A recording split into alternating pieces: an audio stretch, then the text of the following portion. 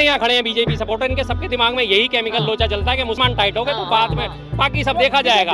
अपने मुसलमानों, सिर्फ तमाशा देखो। यूपी में हलाल टैग भक्तों को खुश करने के लिए है। तुम्हारा कुछ नहीं बिगड़ेगा। देखिए एक रिपोर्ट। पेशाब, गोबर, शराब, भांग, अफीम, गांजा जैसी नशीली चीजें, कुत्ता, बिल्ली, चूहा, सुअर जैसे जानवर, बिना ज़िबह किया हुआ गोश्त इस्लाम में हराम है।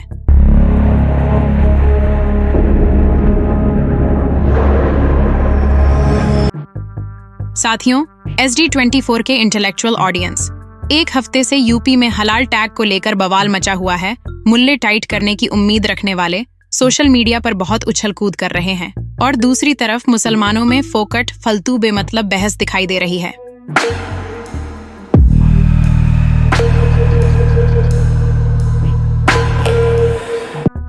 नंबर 1, हलाल टैग बैन से किसको कितना नुकसान। अमूल, पतंजलि, डाबर, हिमालय, हल्दीराम जैसी कंपनियों के साथ 99% कंपनियां हैं जो हलाल टैग के प्रोडक्ट इस्तेमाल करती हैं। भारत में 8 लाख करोड़ का कारोबार उन प्रोडक्ट्स का होता है जिन पर हलाल टैग है। आपको जानकर हैरानी होगी कि इन कंपनियों में 1% कंपनियां भी मुसलमानों की नहीं है और ना ही इसमें कोई मुसलमानों का नुकसान है। नंबर 2, हलाल टैग बैन से देश और गैर मुस्लिम कंपनियों का नुकसान। ET की रिपोर्ट के मुताबिक ग्लोबल हलाल फूड मार्केट 2021 में 1980 अरब डॉलर की थी, जो 2027 तक 3,907 अरब डॉलर तक पहुंचेगा। भारत में हलाल प्रोडक्ट की इकोनॉमी करीब 100 अरब डॉलर यानी 38,000 करोड़ की है, जिसमें तेजी से ग्रोथ होती रही है। मगर यूपी सरकार के फैसले से ये प्रभावित हो सकती है।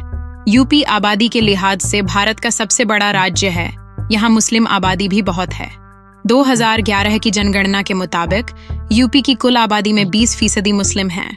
यूपी में हलाल सर्टिफाइड प्रोडक्ट्स पर बैन से इस मार्केट पर बुरा असर पड़ सकता है। इसी यूपी से अरबों रुपए का बीफ मुस्लिम देशों में हलाल सर्टिफिकेट के साथ एक्सपोर्ट होता है। यहाँ तक कि पतंजलि भी हलाल सर्टिफिकेट लेकर मार्केट में अपने उत्पाद बेच रही है।